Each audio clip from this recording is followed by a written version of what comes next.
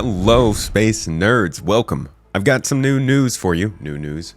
It's the next day, and those changes I mentioned yesterday, they've actually proliferated into some PTU patches. I missed it yesterday, so we're going over it now. Deal with it. You may have heard about these changes already, but I think they're pretty interesting. We got things that are leading into exploration, getting us a little bit closer to actually enjoying that kind of a game loop as a way to make money and interact with the game world. We've also got some big engineering changes that we mentioned yesterday were being talked about, but have now been implemented in our end testing, which we're going to go and check out. I mean, if this is live, I might be live doing it on stream right now. So check out the main channel. I'm going to jump straight into this, though. This isn't a long one. Engineering updates. Mainly, the shield health has been increased. So one of the biggest problems we've been having really with engineering in general is just like it's supposed to be a longer time to kill. And a big problem is as soon as shields go down, everything feels like it goes down very quickly. Now, I think they need to buff some of the hull damage and armor damage to help with that. But shields also giving you more time to understand you're being attacked, to clock what's going on, and get some time to prepare for those shields possibly going down is good. It's good to remember that this is just one small part in a huge map of different moving variables when it comes to combat, especially when it comes to larger ships. Now, it's been increased in balance for all shield components, types, and sizes. They've also adjusted the engineering screen to go directly to the main display when interacted with, which is nice. I think it was already going to the power screen, which is not as useful. They added fire as a state for components on engineering terminal pips. This means that when you're looking at power distribution, it will show you if a component specifically is on fire. Right now, it already shows if it's damaged, if it's underpowered, if you've lost fuses. Now it'll show fire as well, which is good. Doors can now be locked open so proximity will not trigger. That's pretty big. One of the major problems we have with venting the ships right now is that like the doors don't stay open. So you kind of vent it and then you go and you run back and you're like, fire should be all taken care of. And you turn around and the doors are all closed because it's not. That is a big good fix. It's actually been a problem for years with these ships. So I'm glad they're finally getting around to it. And I'm glad this system is like invigorating work in some of these long, frustrating problems. They've also reduced fuse damage overall for all ships and made fuses immune for single-seaters. Now, I don't know if that includes single-seaters with interiors. If it does, that would be an absolutely massive change. We can get in and see that in the PTU in a little bit here. But just reducing fuse damage is probably also a good one. Fuses would go out fairly quickly once you lost your armor. And while they're good failure points, I think they're good long-term. I think the fuses should probably shunt off some of the damage from components into themselves so that they become more of a long-term replacement point you have to check up on now and then. But I think this is an effort to make them less hectic in combat itself. So again, a response to some of the feedback they've been getting from how that goes. Penetration values are balanced and updated to reduce penetration distance and reduce radii for the damage cone. This means that when a shot hits the armor in your ship, it's going to spread out at a shallower angle. So when it would hit, you would get a cone of a certain size based on the size of the weapon, the angle it was hitting at, the distance it was hitting from. They are reducing both the distance that cone can penetrate and the angle of it. That means it's going to get through your armor, not as quickly, so it's buffing armor. It also means it's going to damage less of your components. If it hits a room with components in it, that means it's not going to hit as many of those components because the cone is smaller. So this could actually be a really big change.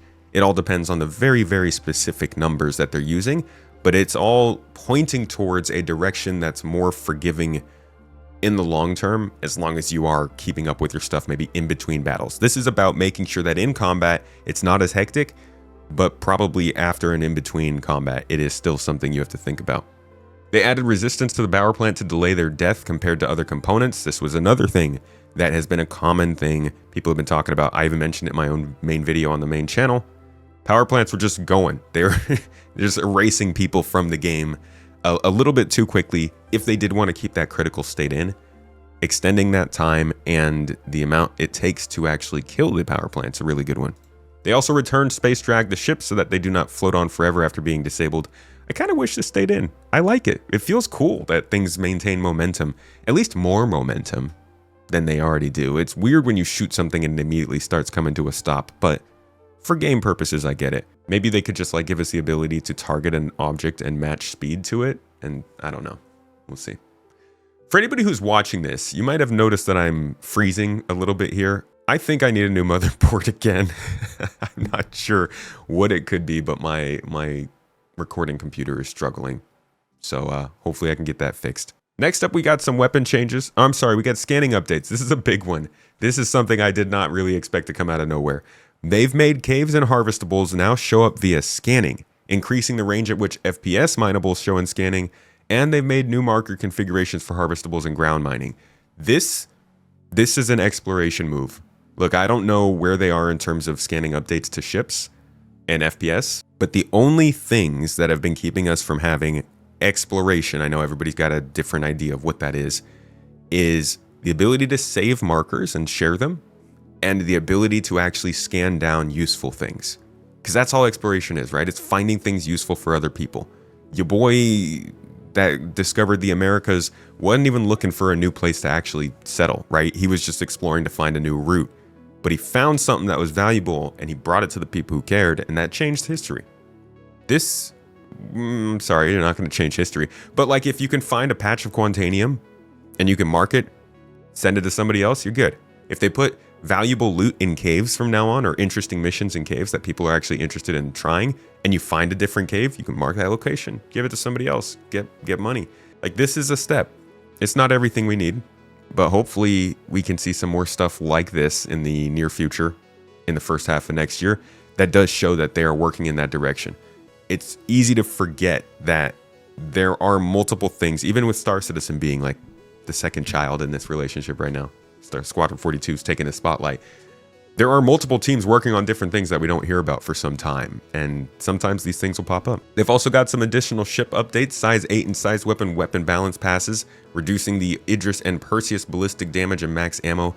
I've heard people say that this is reducing from the PTU value back to what is live already in 4.4.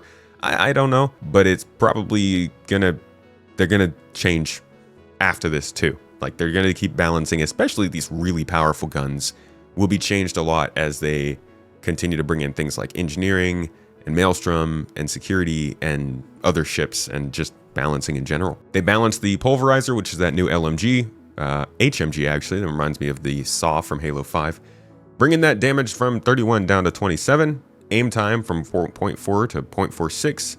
The mag has been increased in mass, and the weapon mass has been increased. So really, it's a nerf to the gun. Makes sense, right? They got through their sales period for 4.4. No, that's just a ship's joke. I'm not serious. But it is a bit of a nerf. It's making it fall. It's increasing the drawbacks, and we'll see how that affects the way people use it and the performance of it. But this was a quick update for you. Didn't actually end up being as quick as I thought it would be, but I think it got the newest information for you on the PTU. I will get you another update if there is another one, but we continue that push towards live. 4.5 is going to be a big change, and we're all going to be relearning a little bit of our gameplay after it goes live, but it does look like CIG is trying to make it fit the design they're going for, not just throw something in and hope for the best. Hopefully they continue to balance it until then. I'll see you guys in the next one.